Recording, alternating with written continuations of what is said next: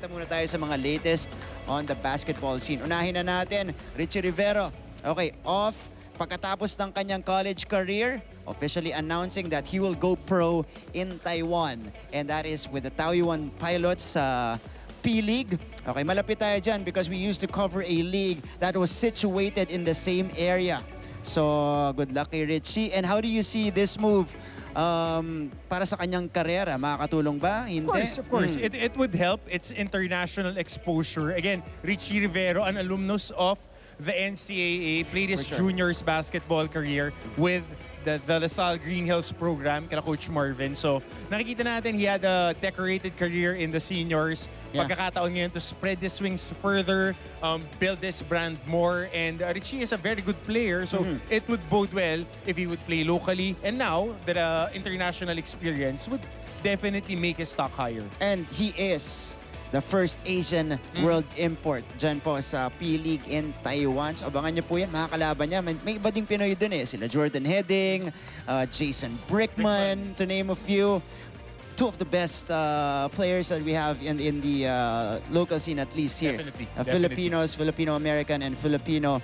Ano ba si Jordan Heading? Filipino Australian. Kiwi or Australian. Okay. Now, from Ricci, we move on to another big news in the basketball scene because probably the most winningest coach or the winningest coach. Pwede mong gamitin kasi dalawang Grand Slam yun in the Pro Leagues. Kaya pwede mong gamitin most at winningest. At winningest din. Yeah. Pwede. Coach Tim Cone, okay, finally getting named as an assistant in our national team program. And aside from that, okay, dalawa to kay Coach Tim Cone. Aside from that, he will also be serving as an assistant for the Miami Heat in the upcoming Summer League in the NBA. So scheduling conflict, yun lang yung makikita natin. But Coach Tim Cone, we know him as an architect of 2 Grand Slam winning teams in the Pro Leagues. But more importantly, he already served as a national team head coach. Ako, as far as I could remember, RP Centennial team during the heydays of the Cap Alvin Patrimonio of Mapua, Coach Oos and Racela. Yung team na yun, yung RP Centennial, which lost on free throws.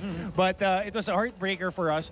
Hindi na bago para kay Coach Tim na mag-serve for flag and country regarding the Philippines. And he has been winning titles left and right. So it's a good pickup. Kaya lang yung scheduling, that would be very important. At matatandaan natin, si Coach Shot at si Coach Tim, magkasama yan dati sa isang coaching staff before Coach Shot became a head coach. So they're definitely familiar with each other.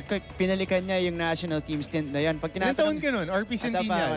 Parang grade 1 ka lang yata nun eh. Nandun pa lang. Pero naalala ko rin nun, pag binabanggit din natin yung kay Coach O, kasi dati po nating analyst dito sa NCAA si Coach O, naalala pa niya yung sakit nun. Exactly. So, that's the situation. Second biggest news of the day, Coach Tim Cone named as an assistant for the national team and for Miami Heat in the Summer League as well. And lastly here, okay, we wanna hapyawan lang natin, Coach Hammer.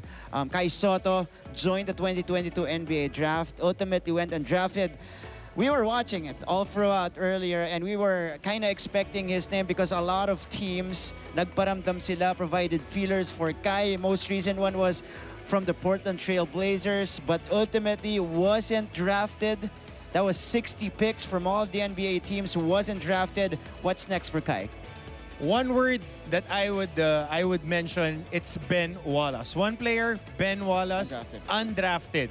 Worked his way to be a multiple-time Defensive Player of the Year and a Hall of Famer in the NBA. Kai Sotto has an opportunity now with his agents and his family to pick where he plays. Yan ang kagandahan, kung hindi ka man madraft, hindi ka malalak sa isang team. Your options would be open and you can showcase your talent maybe in the summer leagues of the NBA, maybe again in Australia, in the Euro leagues, or with the Gilas Pilipinas program. So hindi natin alam what would be the next steps for Kai Sotto, but we are with him throughout that journey. Okay, Coach Hammer, to answer that question, that question mark there, earlier I was able to read a tweet.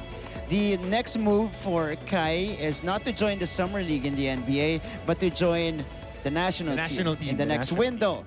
And afterwards, he's going to be talking to NBL teams sa pagbabalik niya, either with the Adelaide 36ers or some other team in the National Basketball League over there, back in Australia. So yan po yung magiging immediate future ni Kai Sotto after getting undrafted in NBA. But we're very proud that he was part of the NBA draft at all. It doesn't end there. Yeah. It doesn't end there for Kai Sotto. Kaiju has a high ceiling, and he has an opportunity to create big things for the country. That's true, Coach Hammer.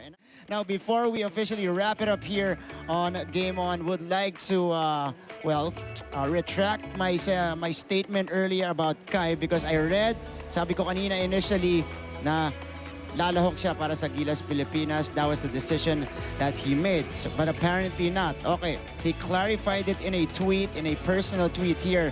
Sabi dito ni Kai, thank you to everyone for your support and your kind words tonight. I won't stop pursuing the dream of being in the NBA. This is not the end. I also want to clarify that no decision has been made about me not playing in the Summer League. My agent misspoke. So that's the clarification Kai provided. And of course, the appreciation tweet na ginawa niya kanina. So that's great news. Ibig sabihin yan, meron pa rin siyang motivation na pumunta sa Summer League and to pursue his NBA dream. Pero good luck, Kai, sa next step ng iyong career.